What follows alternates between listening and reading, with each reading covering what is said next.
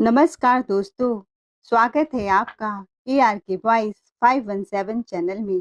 आज की कहानी है ठाट बाट वाली सासू माँ। अंजू, तैयार हो जाओ, आज शहर के सबसे बड़े शोरूम से तुम्हारे लिए डिजाइनर करवा चौथ की साड़ी लहंगा खरीदनी है। शोरूम में अंजू अपनी बूढ़ी सास को मालिक की घूमने वाली कुर्सी पर और कैश काउंटर के पास बैठा हुआ देखती है तो उसका हाथ घुमाते हुए कहती है, ए बुढ़िया, तू इस शोरूम के मालिक की कुर्सी पर क्यों बैठी है? लगता है गले से पैसे चुराने के लिए बैठी है। और इतने दिन से कहाँ गायब थी? घर चल, तेरी अच्छी से धुलाई करती हूँ। खबरदार भाभी, जो मेरी माँ से बदतमीजी करने की हिम्मत की। तुम्हारी इस शोरूम में शॉपिंग करने की औकात नहीं है, क्योंकि जहाँ खड़ी हो ना, वो शोरूम मेरी माँ की है और तुम्हारी हैसियत नहीं है यहाँ से महंगे कपड़े खरीदने की। तो चलो हटो यहाँ से। निर्जा की बात सुनकर अंजू का खून खौल उठा। बहू, मेरी बेटी को मत डंडे से पिटाई करो। तुम जैसा कहोगी मैं वैसा करने के लिए तैयार हूँ। मैं तुम्हारे पैर पड़ती हूँ, मेरी बेटी को छोड़ दो।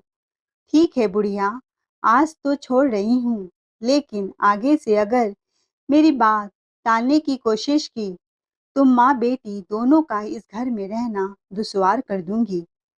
पता है ना, तुम्हारा बेटा मेरे इशारों पर नाचता है। तुम लोगों को अपने घर में रख रही हूँ, यही बहुत बड़ी बात है।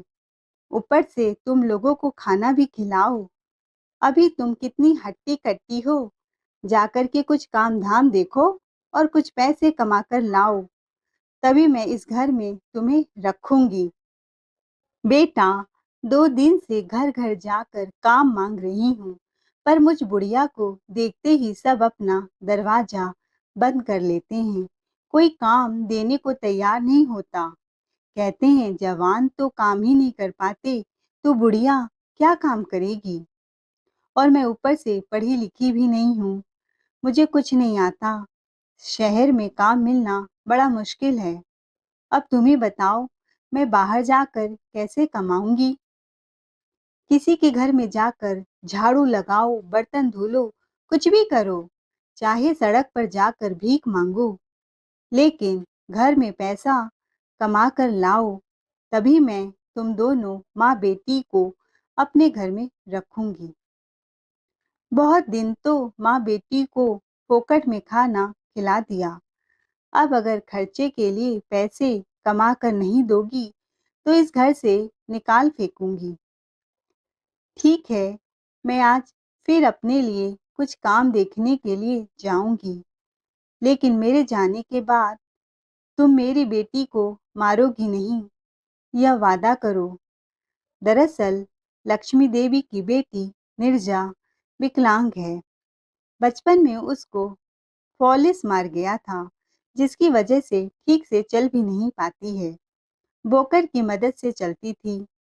पति की मृत्यु के बाद लक्ष्मी देवी अपने बेटे बहू के संग शहर आकर रहने लगी, क्योंकि घर का खर्च चलाने का कोई भी जरिया नहीं था। जब बेटी को लकवा मारा था, डॉक्टर ने कहा था, इनका इलाज सही तरीके से हो तो यह चल भी सकती हैं। लेकिन लक्ष्मी देवी के बेटे बहू अपनी बहन पर चवन्नी भी खर्च करने को तैयार नहीं थे और कहा कि मेरे पास इतने पैसे नहीं हैं जो मैं तुम्हारे खर्चे भी उठाऊं और तुम्हारी बेटी का इलाज भी करवाऊं। घर में रह के 4 रोटियां तोड़ रही हो, यही बहुत है, और रहने के लिए छत दे रहा हूँ, यही एहसान मनाएं। लक्ष्मी देवी के बहू बेटा एक नंबर के स्वार्थी और लालची हैं। पैसों के लिए यहाँ तक कि अपनी माँ और बहन भी नहीं दिखाई देती है। बहू बेटे अपनी माँ और बहन को 2 वक्त की रोटी तो देते थे, लेकिन वह भी उनको खलती थी। इसके बदले में वह लक्ष्मी देवी से पूरे घर का काम करवाते थे। और लक्ष्मी देवी करती भी क्या, बुढ़ापे की उम्र में अपनी अपाहिज बेटी को कहाँ लेकर जाती। इस बुढ़ापे में उन्हें सहारा देने वाला भी कोई नहीं था। अपने बहू बेटे के घर में जिल्लत भरी जिंदगी जीती। इतने बड़े घर में लक्ष्मी देवी की बहू ने उन्हें और उनकी बेटी को रहने के लिए कबाड़ वाला कमरा दिया था, जिसमें दोनों की चरपाई तक नहीं बिछ पाती है।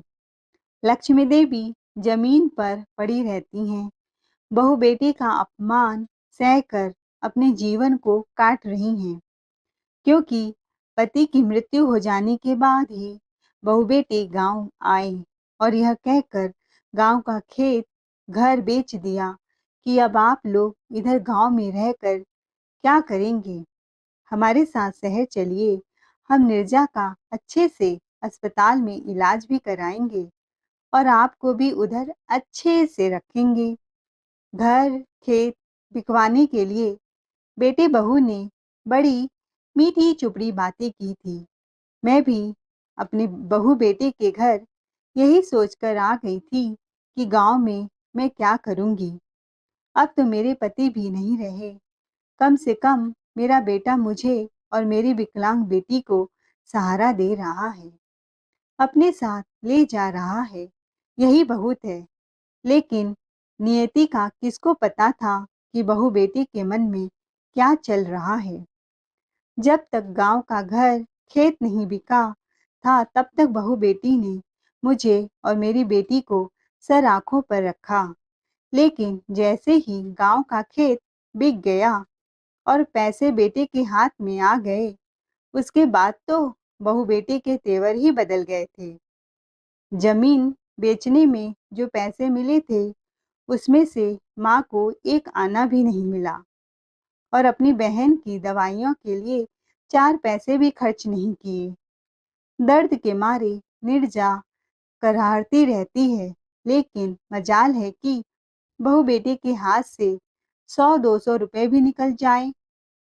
धीरे धीरे समय गुजरता है, लेकिन अब तो बहू को घर में बैठी हुई सास और ननंद बोझ लगने लगी हैं। हालांकि बहू अपनी सास से घर के सारे काम, झाड़ू पोछा और बर्तन करवाती है और खुद फोन पर लगी रहती। खाना भी वही खाने को देती जो बच जाता, पर बेटा कुछ भी नहीं कहता है। एक दिन बहू लक्ष्मी देवी को 2 दिन का बासी खाना देकर चली गई। लक्ष्मी देवी ने रोटी खाया तो थूक दिया। रोटी में फफूंदी लगी थी। फफूंदी लगी हुई रोटी को देखकर निर्जा कहती है, माँ, आप यह रोटियां मत खाओ, पूरा दिन घर का काम करती हो, भर पेट खाने को भी नहीं मिलता है। आप यह बासी खाना मुझे दे दो, मेरा तो नया शरीर है, मैं इसको हजम कर लूंगी, पर आपके बुढ़ापे के शरीर में यह बासी खाना नुकसान कर देगा। और अपने शरीर की विकलांगता पर निर्जा के आंसू बहने लगती है। माँ, कितनी बदनसीब हूँ मैं, भाभी पर आप कितना जुल्म करती हैं और मैं आपकी मदद नहीं कर पाती। ऐसी नरक वाली जिंदगी से तो लगता है कि मैं मर ही जाऊं। लक्ष्मी देवी अपनी बेटी निर्जा के मुंह पर हाथ रखती हुई कहती हैं, ना ना बेटी, ऐसी बात नहीं करते। एक तू ही तो है मेरे जीने का सहारा। तेरे पिता के जाने के बाद बहू बेटे कब पराए हो गए, पता ही नहीं चला। अगर तू चली गई तो मैं तो इस दुनिया में जिंदा ही नहीं रह पाऊंगी। तेरे लिए तो मैं कुछ भी करूंगी, तो चिंता मत कर। माँ, मुझसे भाई और भाभी का ऐसा व्यवहार बर्दाश्त नहीं होता है। काश मैं आपके लिए कुछ ऐसा कर पाती जिससे आपको इस नरक से निकाल पाती। छटपटाती हुई निर्जा कहती है।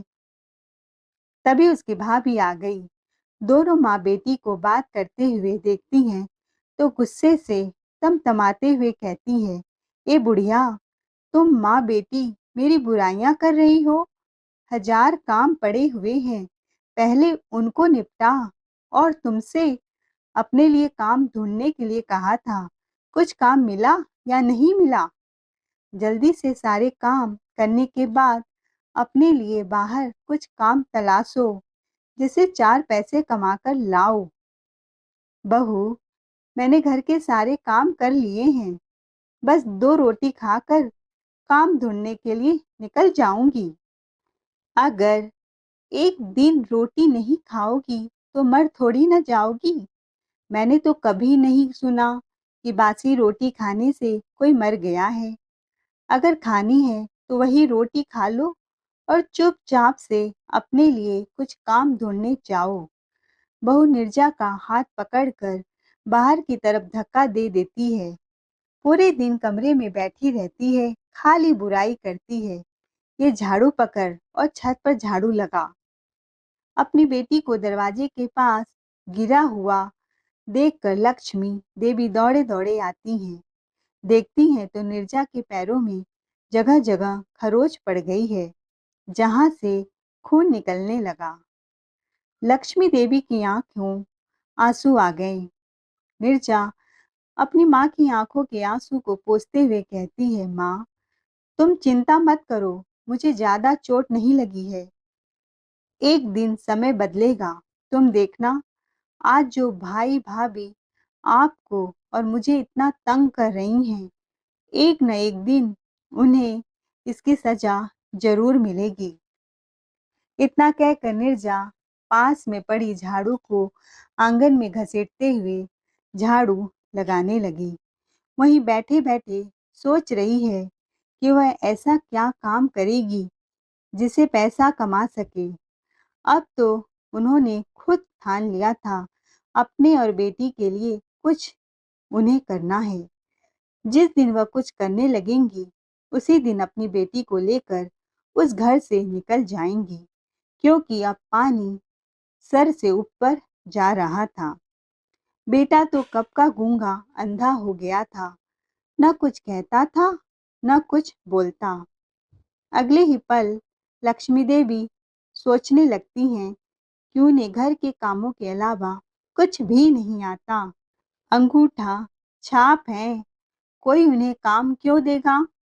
सोचते सोचते वह छत पर कपड़ा फैला रही थी।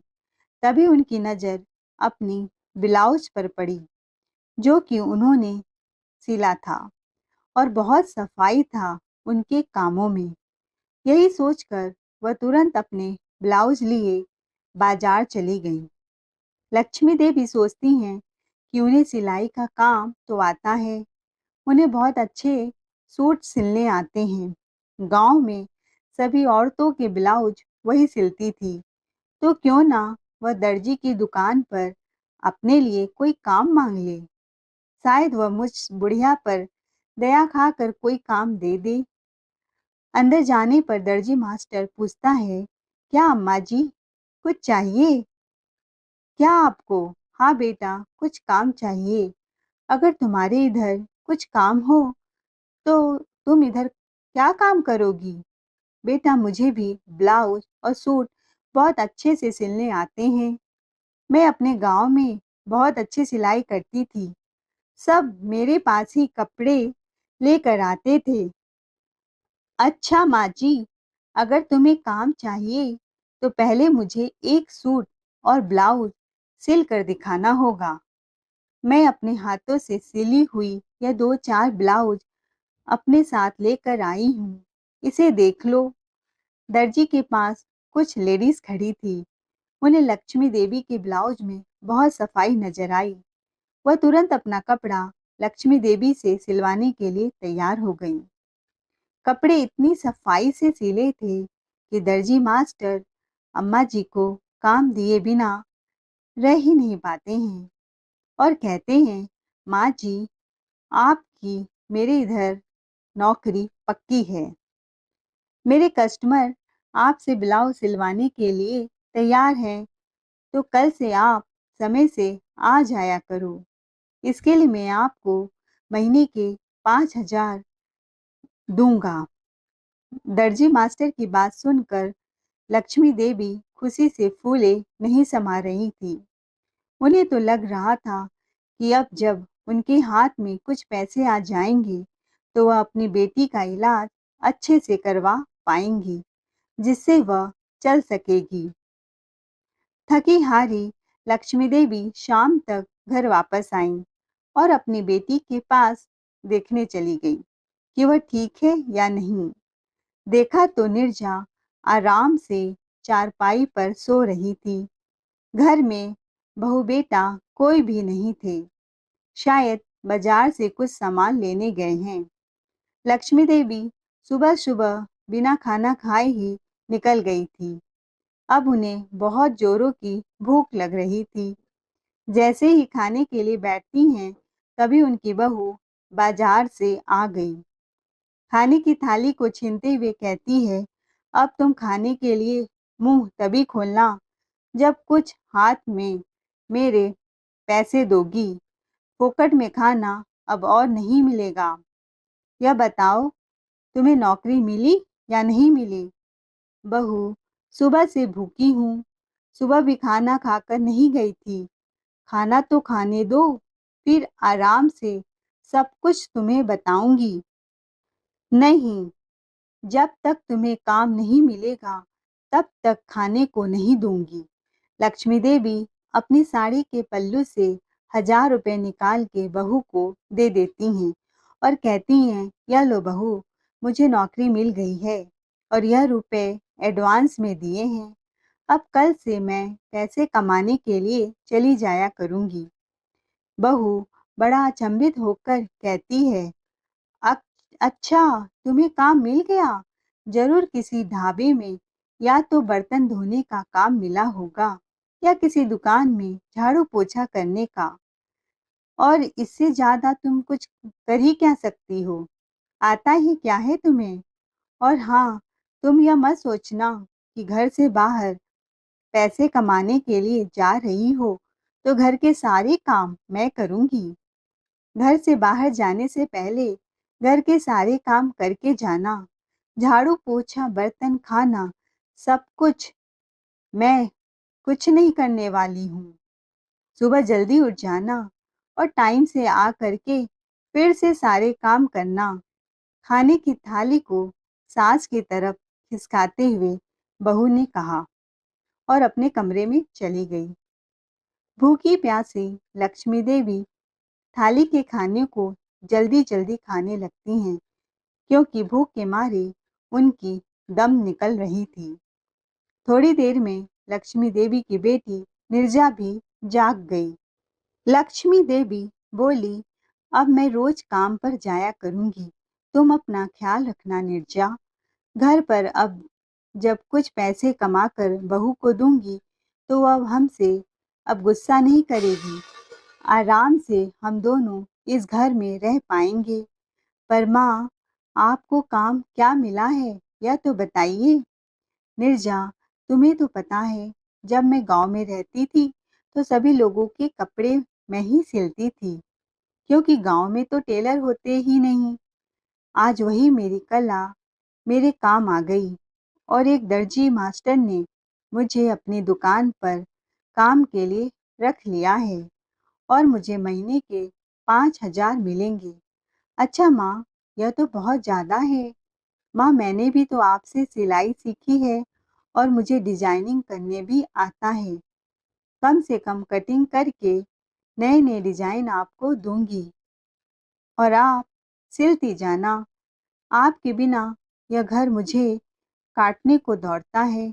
न कोई मेरा देखभाल करता है, न मुझसे कोई बात करता है। क्यों ना मैं भी आपके साथ सिलाई की दुकान पर चलूं? हाँ बेटा, बात तो तू सही कह रही है। तेरी डिजाइनिंग तो बहुत अच्छी है, पर मैं तुझे इतनी दूर तक कैसे ले जाऊंगी? एक काम करते हैं बेटा, तेरे लिए एक व्हील चेयर खरीद लूंगी, जिस पर बैठाकर मैं तुझे ले चला करूंगी। तू आसानी से मेरी सिलाई में मदद कर देना, तेरा मन भी लगा रहेगा। लेकिन माँ, व्हील चेयर खरीदने के लिए तो पैसे चाहिए। भाभी तो पैसे देने वाली नहीं। बेटी, एक बार बहू से बात करके देखूंगी, हो सकता है वह पैसे दे दे। दूसरे दिन लक्ष्मी देवी अपनी बहू से व्हीलचेयर खरीदने की बात करती हैं, तो बहू कहती है, मैं तुम्हें एक फूटी कौड़ी नहीं देने वाली। जितने पैसे कमा कर लाओगी, वो मेरे हाथ में रखना। बहू की बात सुनकर नीरजा निराश हो गई। तो लक्ष्मी देवी उसे समझाते हुए कहती हैं, बेटा, तू चिंता मत कर, मैं किसी न किसी तरह से तेरे लिए व्हीलचेयर का इंतजाम कर लूंगी। लक्ष्मी देवी को काम करते करते 2 महीने हो गए थे। हर बार पैसे वह बहू के हाथों में दे देती थी। घर के सारे काम करती हैं। सिलाई के काम के साथ ही कभी कभी उन्हें उधर एक्स्ट्रा काम भी मिल जाता है, जिससे उन्हें एक्स्ट्रा पैसे मिल जाते थे। और पिछला 1 महीना तो पूरे शादियों का सीजन था, जिसमें उन्हें बहुत सारे एक्स्ट्रा काम मिले थे, जिससे उनके पास कुछ पैसे इकट्ठे हो गए। उन पैसों से वह अपनी बेटी के लिए व्हीलचेयर खरीद लेती हैं। व्हीलचेयर देखकर बहू चिल्लाते हुए कहती है, यह व्हीलचेयर कहाँ से खरीदी? कहाँ से आए इतने सारे पैसे? बहुत पैसे बर्बाद करती हो। व्हीलचेयर खरीदने से पहले मुझसे एक बार भी पूछा नहीं। लक्ष्मी देवी कहती हैं कि उसके मालिक ने उसकी बेटी के लिए दी है, जिससे वह भी सिलाई का काम जाकर कर सके। अब तो लक्ष्मी देवी अपनी बेटी नीरजा को साथ लेकर जाने लगी। दोनों माँ बेटी खूब मेहनत से सिलाई का काम करती। नीरजा की डिजाइनिंग ड्रेस लेडीज को खूब भाते। दर्जी का भी बिजनेस माँ बेटी के आने से बहुत बढ़ गया था। 6 महीने काम करने के बाद ही सिलाई मास्टर ने माँ बेटी दोनों के ही पैसे बढ़ा करके डबल कर दिए। अब दोनों को 10-10 हजार रुपए मिलने लगे। बहू को जब पता चला कि दोनों के पैसे बढ़ गए हैं, तो वह दोनों के पैसे को छीन करके अपने पास रख लेती है और कहती है, एक बूढ़ी और एक विकलांग, तुम दोनों को पैसों की जरूरत ही क्या है? बेटा, हम दोनों माँ बेटी इतनी मेहनत से पैसे कमाते हैं। घर का सारा काम करने के बाद सिलाई का काम करने जाते हैं और जितने भी पैसे कमा कर लाते हैं, तुम अपने पास रख लेती हो। उसमें से कुछ पैसे तो मुझे दे दिया करो। ए बुढ़िया, तेरी इतनी हिम्मत कि मुझसे जबान लड़ा रही है। तुम्हारा काम पैसे कमाकर लाना है और मुझे देना है। घर के सारे काम करना है, ना कि पैसों को अपने पास रखना। तेरी औकात पैसों को अपने पास रखने की नहीं है, बस पूरा दिन काम करने की है। तू इन पैसों को नहीं संभाल पाएगी। तू ठहरी अनपढ़ गंवार, इन पैसों को संभालना क्या जाने। तेरी औकात घर की एक नौकरानी की जितनी है और तुम्हें इस घर में रहने के लिए छत और खाने के लिए खाना मिल रहा है, यही बहुत है। इससे ज्यादा तुम मुझसे कुछ भी उम्मीद मत करना। यह घर मेरा है और मेरे हिसाब से तुम्हें रहना पड़ेगा। नीरजा को अपनी भाभी की बातों से घृणा होने लगी। अंदर ही अंदर झुलस कर रह गई और उसने ठान लिया कि अगले महीने की सैलरी मिलते ही वह दोनों यह घर छोड़ देंगी।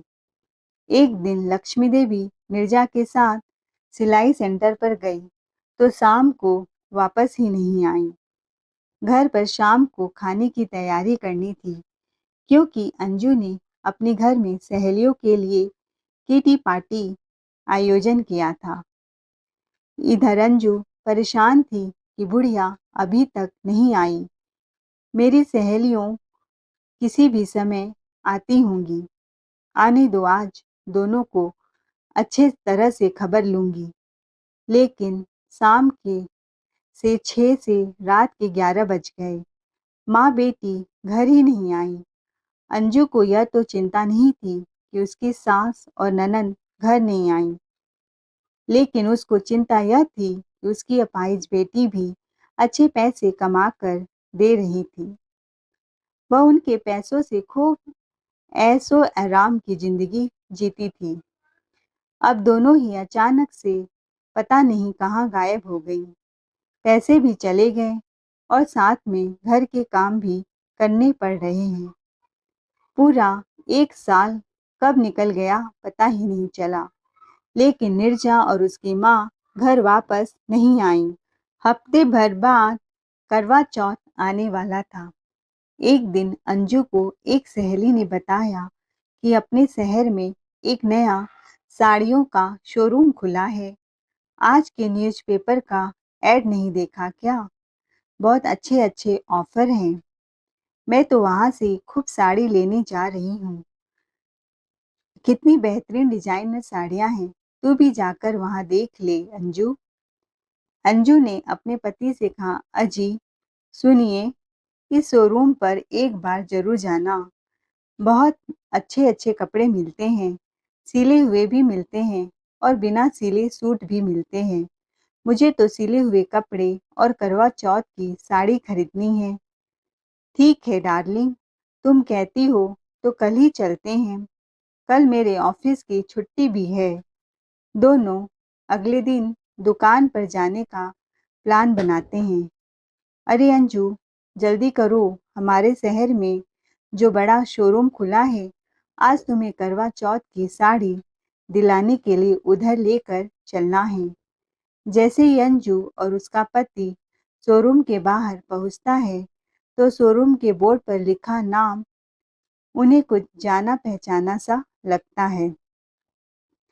शोरूम के अंदर बहुत सारे लोगों की भीड़ है। 8-10 लोग काम करने वाले हैं। एकदम चमचमाता हुआ शोरूम है। शोरूम को देखकर अंजू की आंखें चौधिया जाती हैं। अंजू अपने कपड़ों को खरीदने लगती है। वाकई में बहुत ही सुंदर सुंदर डिजाइन के कपड़े हैं और बहुत ही सुंदर तरीके से सिले गए हैं।